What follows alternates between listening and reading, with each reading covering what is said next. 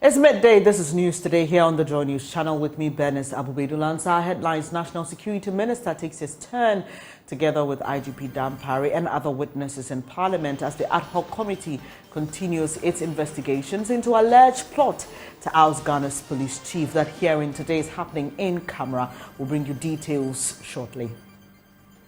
On top of my head that the matters concerning the National Security Minister will be in camera, but the rest of them will take a quality decision. Also in this package, Shama health authorities raise alert in local health centers after dangerous gases were released from the Akufo-Addo explosion. They've been cautioning residents to report respiratory and skin abnormalities immediately. We are continuing intensively with sensitization of the public on avoiding such contacts and also how to early detect such symptoms and then report to the hospital. And for Climate Focus today, we take a look at building resilience to adapt to extreme weather conditions. We've got details of these and more, including business, sports, world news, and showbiz. Please stay with us.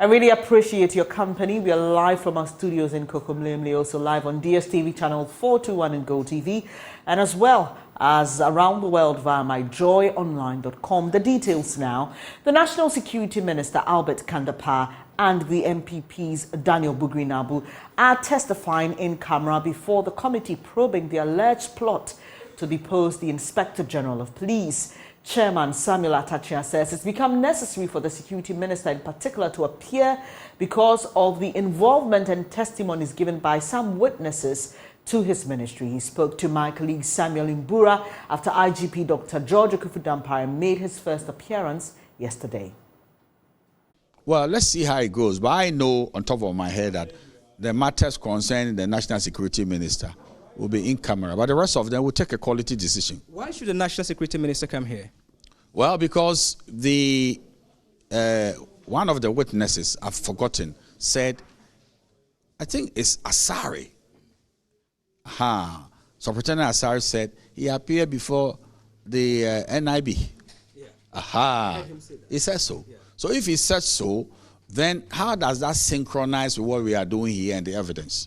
That's what we are attempting to find out. From day one, ab initio, I stressed that I don't have any incentive to mess up somebody's life and career. What is that going to do for me?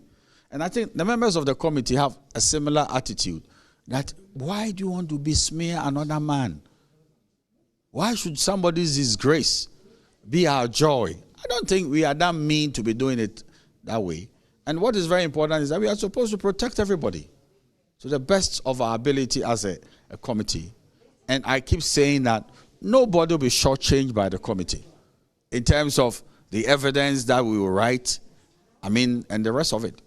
We will never shortchange anybody. And nobody is trying to say, slant the evidence to favor X or Y. And I don't think anybody has the power to do that against us. We won't do it. So today's entire session, we're told, will be held in camera. Joy News reporter Samuel Mbura has been monitoring proceedings. He says the Security Minister and the MPPs, Bugri Naabu, arrived to take their turn before the committee.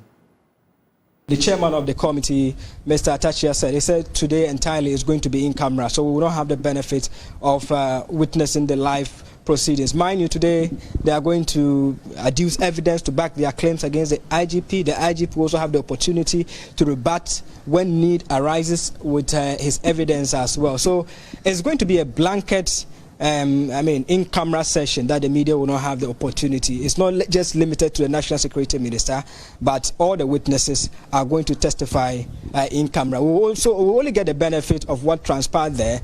That is, if the counsel for the witnesses come to talk to us or the chairman of the committee comes to address or gives us a brief of what transpired during their interrogation. But it is going to be a long day sitting, taking into consideration all the 4 witnesses and then Dr. Akufo-Addo coming and the National Security Minister also appearing before the committee.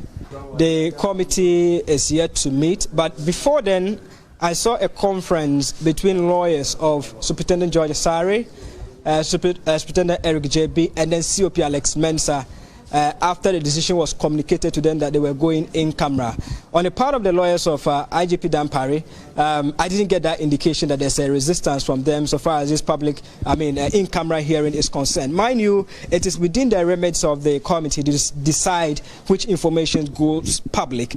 You remember consistently the chairman said that there are certain information they will not allow in the public domain because of the sensitive nature of it, and taking into consideration these are people who man the security of the country and they wouldn't use this platform to jeopardize the country's security. So the committee will decide that, and if there are objections from the lawyers, we'll definitely hear from them. But at the moment, there is no resistance so far as this in-camera hearing is concerned. My colleague Samuel Imbura, who has been monitoring the hearings for us, he also had the opportunity to engage chairman of the committee and Mr. Bugri Naabu ahead of today's hearing. Whereas what should we expect? Is the National Security Minister coming? That is so. He's going to come. And then after that, the rest of them will also take their turns. Yeah. So the in-camera is in respect to the National Security Minister? Today's whole proceeding will be in camera. The rest of them. That's what committee has decided. Yes. Is there any special reason to that?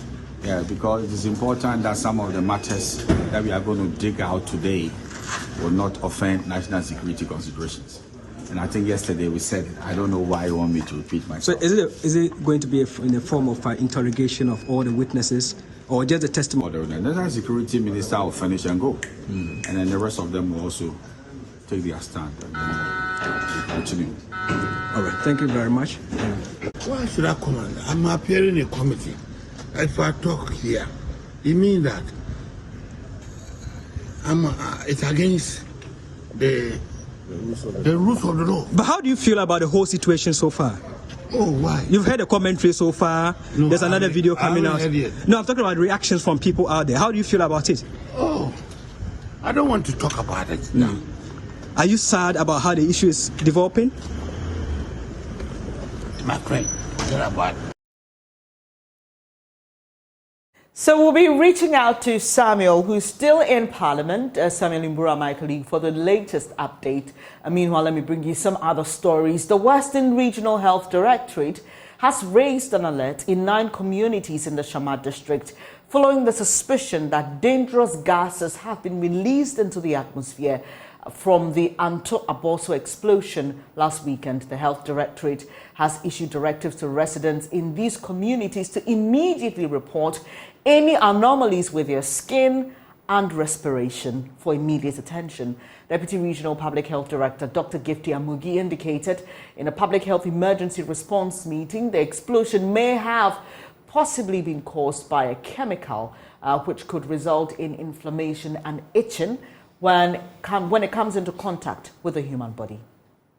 It's more the crack and come. And so there's all health directorate that there's been a chemical explosion at the Akufo-Addo sub-district. That's the they got torn into pieces. And then, yes, so that is what happened. And so the very next day, I think even started at dawn from where the site, if it was very near, it would have been a terrible disaster because it would have just abrasions and all that. Then back pain, waist pain, and all that are also being reported. For the deaths reported, we see that we are matching the cases as to the number of deaths by age. So we'd see that for most of them that were working there, they were in their youthful age. So we see most of the 50s to 59s that died. The head, their manager himself is dead. The cashier too is dead. So he's gone with the money. No, I hear the money flew and community members collected. So there's no money. But we don't know. what we will find. But at least we found 6. The 6, 3 are Ghanaians, 3 are Chinese. Dr. Mugi also indicated that officials are actively engaging the public and disseminating vital information to prevent further community exposure to harm. She's also been advising companies operating in the highly industrialized region to properly manage hazardous chemicals. I think when Apiete happened a year ago, it was an eye-opener for Ghana. So that was the first kind of chemical explosion that had ever occurred in the country. But not only that, but for Western region as well. But Western region is highly industrialized. And we learned a lot of lessons from Apiete. We had a lot of investigations into the kind of chemical and whether it was going to have an impact. And we were able to have a good closure on that one. This is also a whole new ball game altogether. It's telling us that as a region with so many industries and different kind of things being done, we are working with different kind of chemicals and different interplays at so many times. So we ought to be more cautious. But with this one too, just as the way we rapidly responded as health service to the Apiete disaster, that is the same way we are also responding to this one. We, together with the other services, the police, the DCE, the assemblies and all that, have come together, been able to condone the area. So it's off limits for the general public. We are continuing intensively with sensitization of the public on avoiding such contacts and also how to early detect such symptoms and then report to the hospital. So all these things are going on together with the response or the investigations also to the events that has happened. So in terms of emergency response, we had the tremor from the explosion actually affecting about 3 of our CHIPS compounds. We have gone around the 9 affected communities within the Shama district, redirecting them to their nearest facilities that are safe.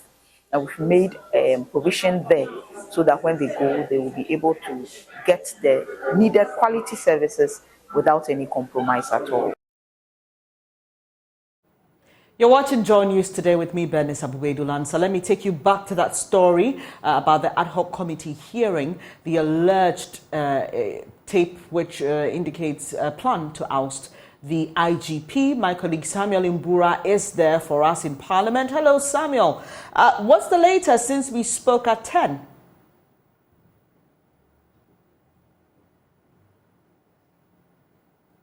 The latest is that the National Security Minister had his turn before the committee. It lasted for just barely an hour. He left without our notice because I think he was avoiding the media. So before we had realized, he used a different elevator and then he is gone. But what we can say is that he has testified before the committee. What is currently happening, though it is an in-camera hearing, but per our sources, they are now going to listen to all the witnesses. We know Daniel Bugri Naabu, the star witness, is here. We also have COP Alex Mensah, Superintendent George Asari, and Superintendent Eric Emmanuel JB before the committee. So they are now to adduce the evidence of their allegation. However, this will be done in the absence of the IGP Akufo-Addo.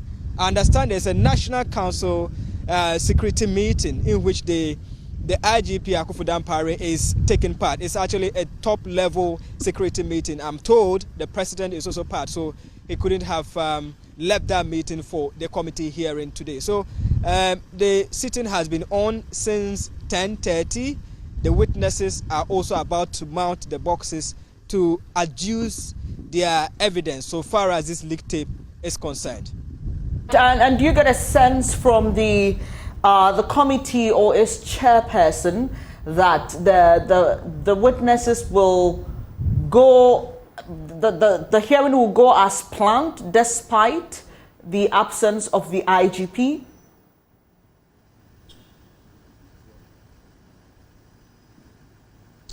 I've not had any intelligence or any communication from either of the lawyers that there is a resistance. What I'm told is that they are going ahead with the hearing. And mind you, remember yesterday, the lawyers for the IGP, Dr. Akufo-Addo, indicated that it would have been fair for their client to listen to the evidence that his accusers will be adducing today, so that they can also go and subject it to scrutiny and then come back with their responses. So I'm sure a truce has been reached on that, and the exercise has continued. So we don't know which of the the witnesses have mounted the box yet, but what I do know is that they are continuing with the interrogation on this issue and the allegations, and their insistence that they have evidence to provide before the committee. But earlier I spoke with Daniel Bugri Naabu. He said he wouldn't comment on the issue because he's going before the committee, same as COP Alex Mensah, and then Superintendent George Asari and Emmanuel Eric Jebi. So we are monitoring closely with our ears on the ground to know what exactly is transpiring, because we know it is an in-camera hearing, and it's very difficult to get detailed information as to what is currently happening. Finally, Samuel, the IGP is not there, but is any of his lawyers around?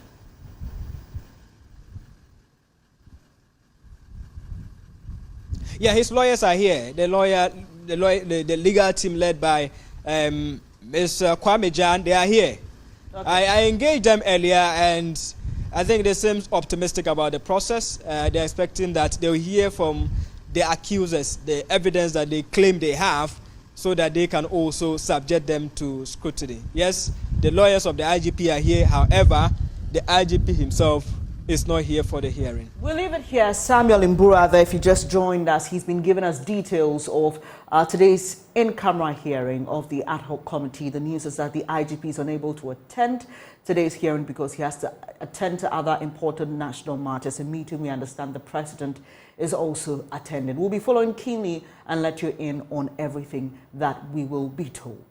Let's do some politics now. Chairman of the NDC, Johnson Esiedun Ketia, says the party will not tolerate any member who will be used by the NPP to frustrate the party's attempt to unseat the incumbent MP for Sunyani West in the 2024 elections. Speaking at the outdooring of Millicent Yeboah-Mankwa as the NDC's parliamentary candidate, Esiedun Ketia urged supporters to be resolute in their campaigns and avoid being induced by corrupt MPP officials. Precious Semevo has more. Johnson Esiedun Ketia at a party gathering at Odumase outdoored Millicent Yeboah-Mankwa as the parliamentary candidate for the Sunyani West constituency in the Bono region for the 2024 elections, insisting they followed due process. This comes after months of dispute and litigations involving other interested candidates in the constituency. Millicent Yeboah-Mankwa said the acclamation means a lot in her attempt to unseat MPP's Ignatius Bafo-Awuah. I'm very optimistic of the victory come 2024. I will rely on the people of Sunyani West once again, that together with unity among the party, we are going to take this battle upon ourselves. It's not going to be easy because everybody that goes to war is aiming at winning. And so if the person doesn't win, the person will definitely have some challenges. But I believe that with the Almighty God, He will touch hearts that are hardened. And I believe because it's His journey and He has ordained it, everything would work out peacefully and we'll work together to win the seat. However, the Regional Communications Director, Charles Akufo-Addo, cautioned the supporters to eschew divisive commentary to forge a united front. I think when the parties select a candidate, we are all bound to campaign and support her or his activity. So I'll urge all communicators in Bono region, especially in Sunyani West constituency, to canvass all the needed support for the parliamentary candidate for victory 2024. But word of caution, if somebody go contrary to the party position, that one the party has a constitution that we are going to apply to the latter. Chairman of the NDC, Johnson Esiedun Ketia, wondered how the party has struggled to win the Sunyani West seat since 1996. He expects a change in the 2024 elections and will not tolerate any member induced by corrupt MPP officials. 2024,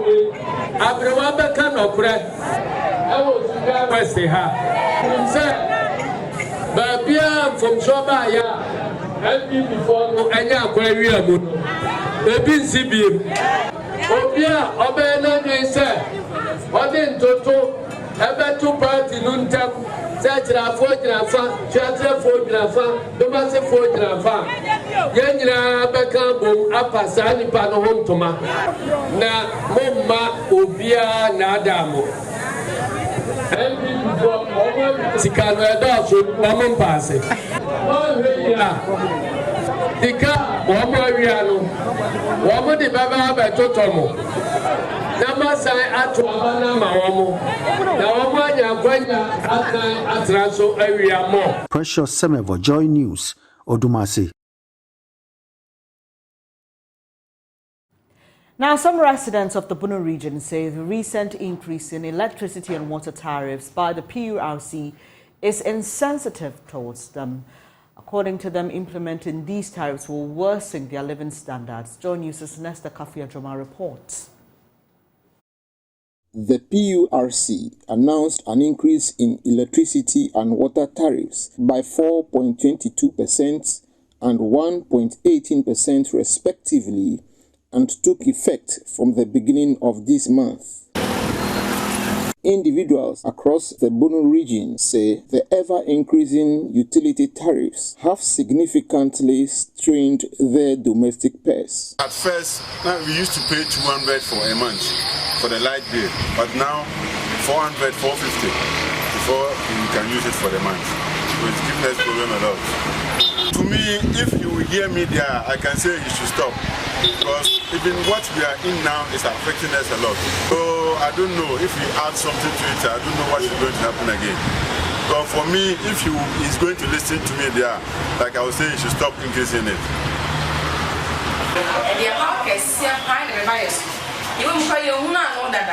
They say lights wide, the only scan in the lights. It's so it's so private for 70%. It's a certain now say a sermon. Yes, they say it. I share any day. Or we're on more money, no confirmed for my. Then back there, why you cry. Water and light are very essential in human life.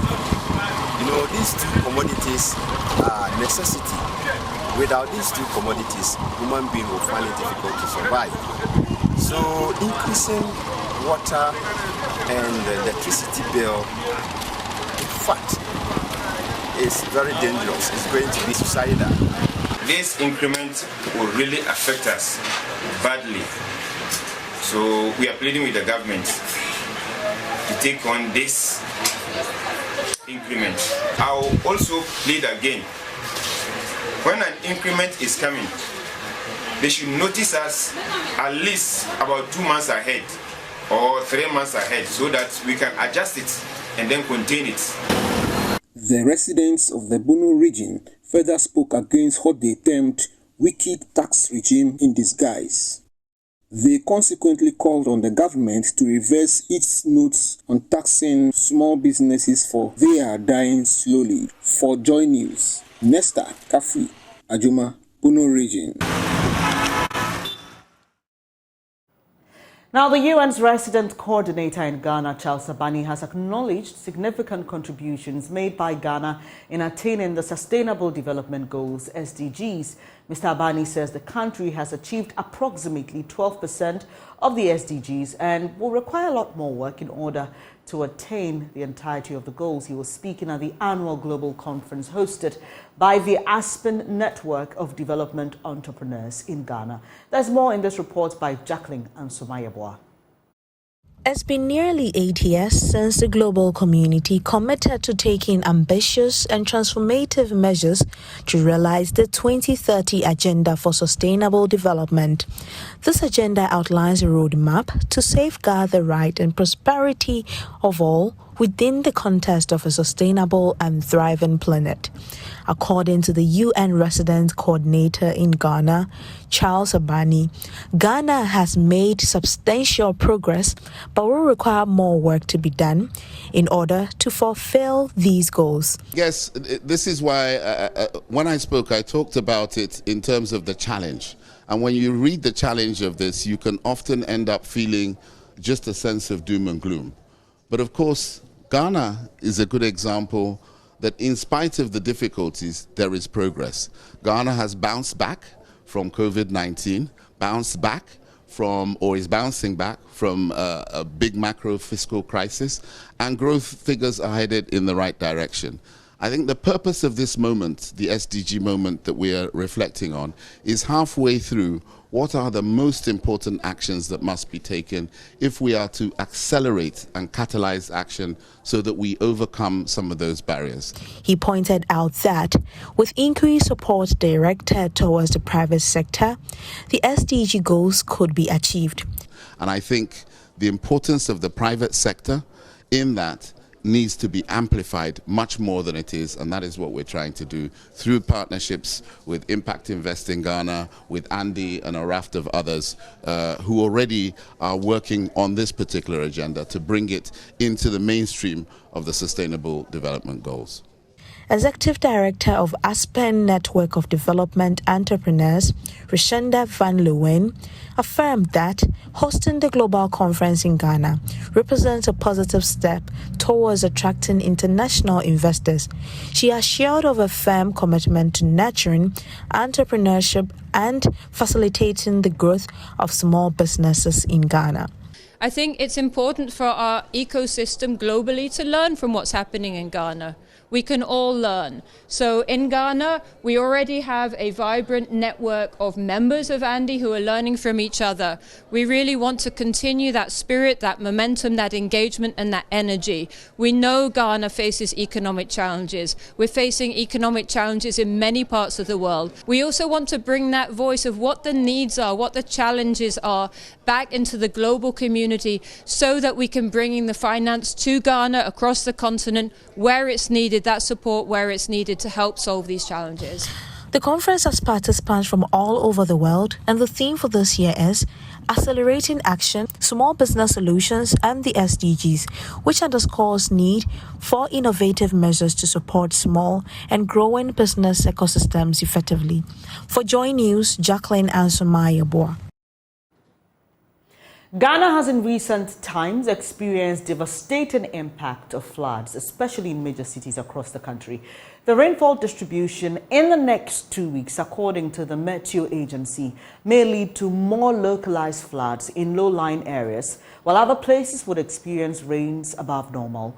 On Climate Focus, Akufo-Addo examines if communities and individuals are prepared to develop resilience and adapt to climate change.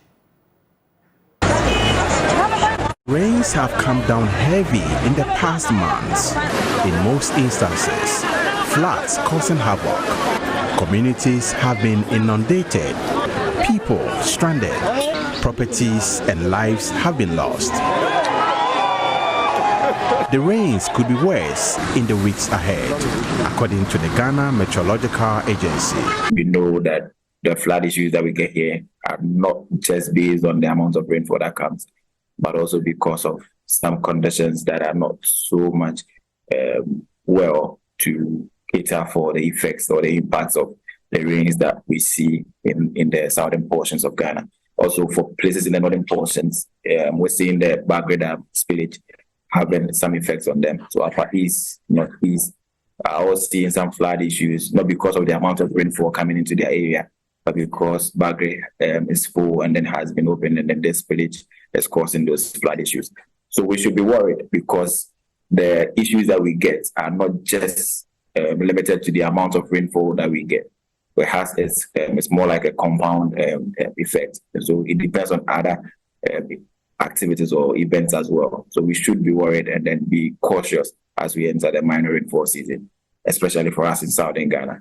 The extremes of the season, heightened by illegal mining activities, expose communities to health and environmental risks. Agricultural production and livelihoods of farmers are adversely impacted. The forests help us to access water, but when the forests are destroyed, we get starved of our source of water supply. Building resilience is still far from reach. The few natural support systems are under attack by the powerful and affluent in society. Churches, fuel stations, industrial and real estates are harming wetlands and water bodies. urban and peri-urban trees and greens are sacrificed for commercial construction projects. Environmental analyst Eugene Osei-Tutu says this should not continue if Ghana is to adapt efficiently to climate change. They must ensure that people are not building in waterways, people are not, creating community centers, artificial beaches and all these things that you see in our communities on waterways. You must also do respect the various zonings that are the Ramsey side, the wetlands and all that, which are being developed to all sorts of things. The various district assemblies must ensure that these areas are protected because they serve as a carbon sink of a sort and as well as a reservoir to, absorb excess rain when this time of the season kicks in. The government's quest to encourage tree planting under the Green Ghana project has been lauded. This, however, will make little impact if the natural environment is attacked with impunity, without recourse to the collective right to consume good air, build resistance to ill health, and develop sustainably as a people. If we do things right, we'll be able to free our gutters and the runoff will be able to find its own smooth way to move. You cannot stop water from flowing. And so if you stop it from one point, we'll find another way to flow. And that is what causes the flood issues that we see here. So we should do that. Another thing is that we should try and find ways of collecting water, rainwater. Rain harvesting is one way to also stop flood issues that we have here. So as we're going into the minor rainfall season where we'll be getting lots of rainfall, you could be collecting water in your own homes in any way. Some could be just by having some grasses or trees around, which will stop the rainwater for some time and then take time to infiltrate into the ground. When you look at the historical data from the Ghana Meteorological Agency, the volumes of rain hasn't really changed much, but it's about the human activities, the improper disposal of waste, meaning that the various individuals in the communities must adequately dispose of their waste. There must be bins for them to do that. Also, the district assemblies and the local entities must ensure that these waste are collected promptly so that people will not be compelled to put these rubbish, in gutters. There must also be, proper zoning of lands. You know that when you go to certain communities, how they are building haphazardly. There must be respect of zonal markings, and these can be done by the district assembly, not necessarily the central government. Indeed, the realities of climate change are dawning, but the systems for adaptation remain elusive. For Joy News, Akufo-Addo reporting. I'm Bernice Abubedu-Lancer, and this is Joy News Today. We'll take a quick breather. Pius Abaka is standing by with the latest from the world of business, including an update on the year-on-year inflation for the month of August. Hello, good afternoon. Welcome to the business segment on Joy News Today with me, Pius Kojo-Baka. Now, the year-on-year inflation for the month of August 2023 has dropped to 40.1% from the 43.1% recorded in July 2023. Food inflation witnessed a decrease of 51.9% from the 55% in the previous month.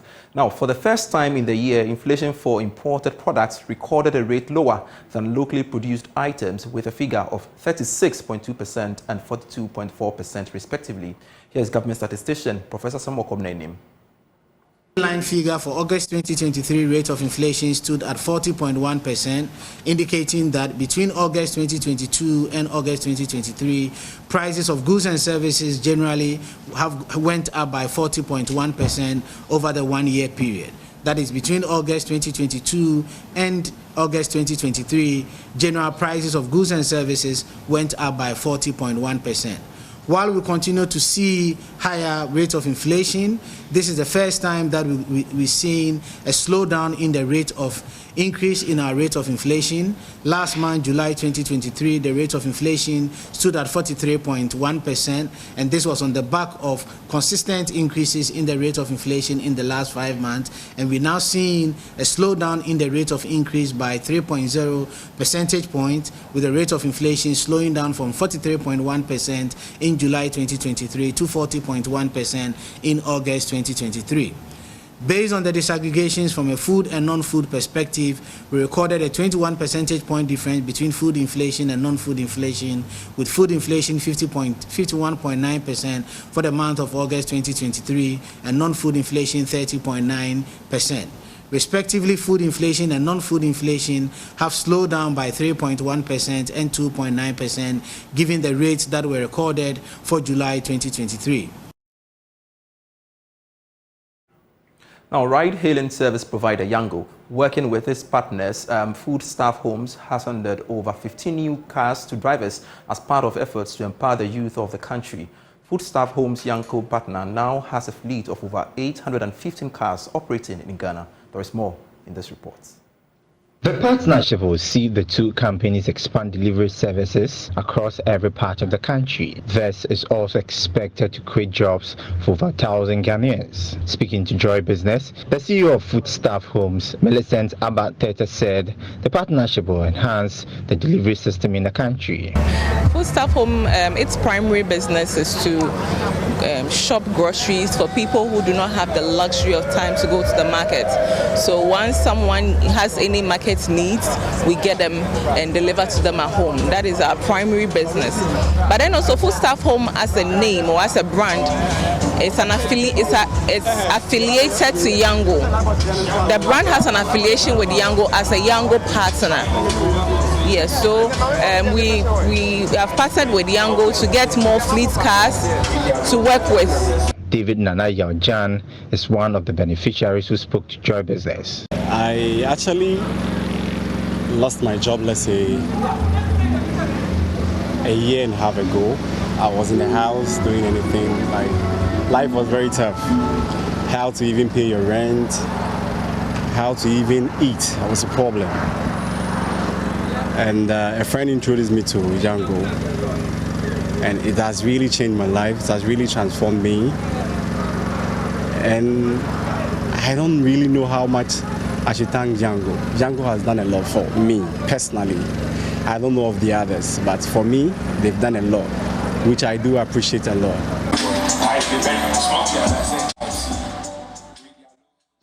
And that's it for business. I am Pius Kojo. Baka Sports is next.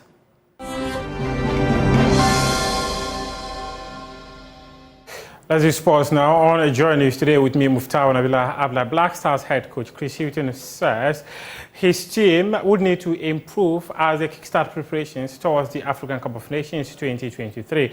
The senior national team defeated Lions 3-1 at the Accra Sports Stadium on Tuesday in an international friendly. And he says that it is about time he gets the team in right shape ahead of the tournament.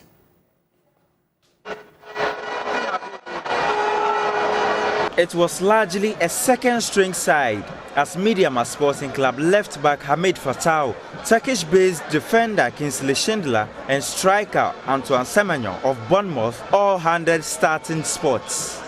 Semenyo could have given Ghana the lead in the first half after racing clear of the Liberian defence but could not find the back of the net.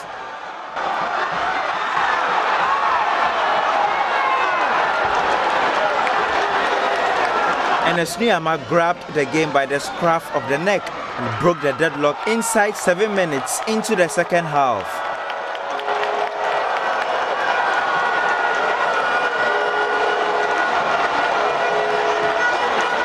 Niama then turned provider as he set up Mohamed Kudus to double Ghana's advantage.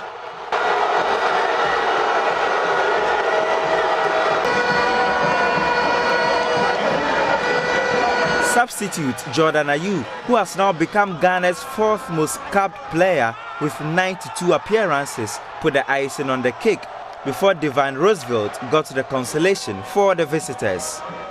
It was a result head coach Chris Hilton was content with. It's about what you can get out of them in 2 days, which is difficult. We only have 2 days training before the first game.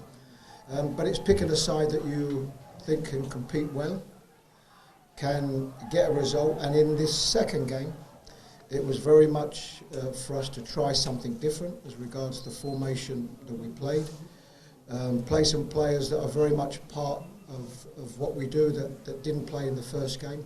And that's a hard balance, because on top of that, what you want to do is it's important to win the game also, just for the feel of the group and, of course, going forward. And, of course, for us to score, disappointed to concede the goal at the end, but to score 3 goals, and in a game where maybe we could have scored more, then I have to be happy with that. Having faced the Black Stars as part of their preparations for the 2026 World Cup qualifiers, Liberia head coach Ansumana Keita described the Ghana team as a work in progress. If you look at Ghana for the past 1 year, you know a team that went to the World Cup, we have to respect them. And 2, Ghana been a better side for a long time, like Liberia too. We are our better side. And we have beaten Ghana before, Ghana have beaten us. So it's on both sides. But today's game, it does not mean that Ghana was over superior to us, no. 1, Ghana was playing at home. That's 1. And 2, at the second half, we made some missteps. Yes, Ghana has a good team, but they still need to work hard on that. Yeah, they have a good team, they still need to work hard, they got good players. What I saw is that they play Liberia. Yes, but when it was a different game, it could be different for today. Trust me. After 5 games as the head coach of the Black Stars, this match here is a match that Chris Hilton would be proud of. But the job is not done yet. 2 friendlies next month against Mexico on October 14 and the United States of America on October 18 will certainly give Chris Hilton the time and opportunity to reshape his team ahead of next year's Africa Cup of Nations. The 2 matches will certainly give an inkling as to how the Black Stars will fare at the tournament in Ivory Coast. Haruna Mubarak from the Accra Sports Stadium for Joy Sports. Meanwhile, Ashanti Gold has filed for an injunction to be placed on the commencement of the new Ghana Premier League season expected to start this weekend. We'll have details for you in our subsequent bulletins. Up next is World News.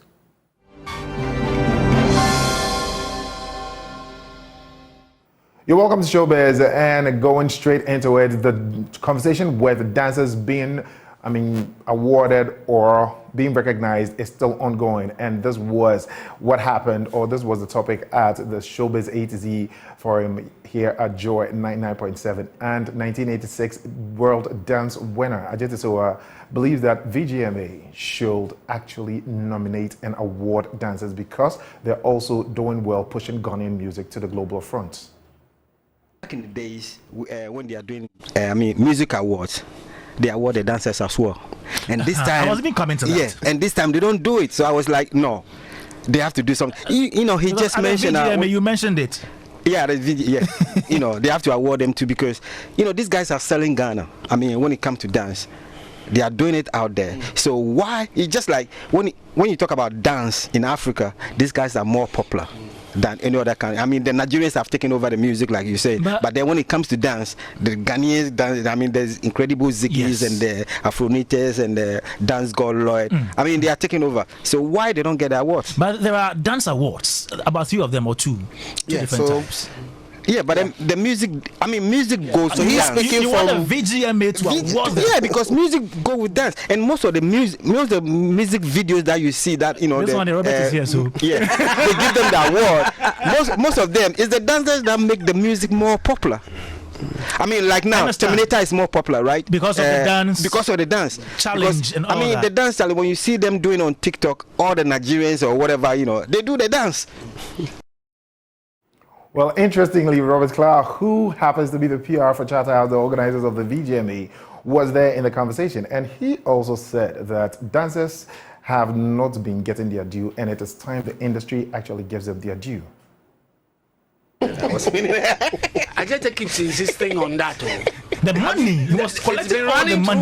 That's what I want the guys, the young guys coming to make sure that, look, collecting my money before. Yeah, I want the young guys to know that, look, this is their talent, this is their time. They have to make money out of it. Okay. And was this a general situation where your other dancers, colleague dancers, also earning as much? Of course. I think think, Kwame, you need to understand what he's trying to say, and there's a little bit of insight would help. Okay. If you listen to them, you'd realize that people taking dancers for granted has been there since, like, from his time. So they were always putting out a lot of work, sweat, tears, everything, and at the end of the day, they were not being rewarded, or they were not being given what they were due. So he led the team to be able to start charging what they were worth.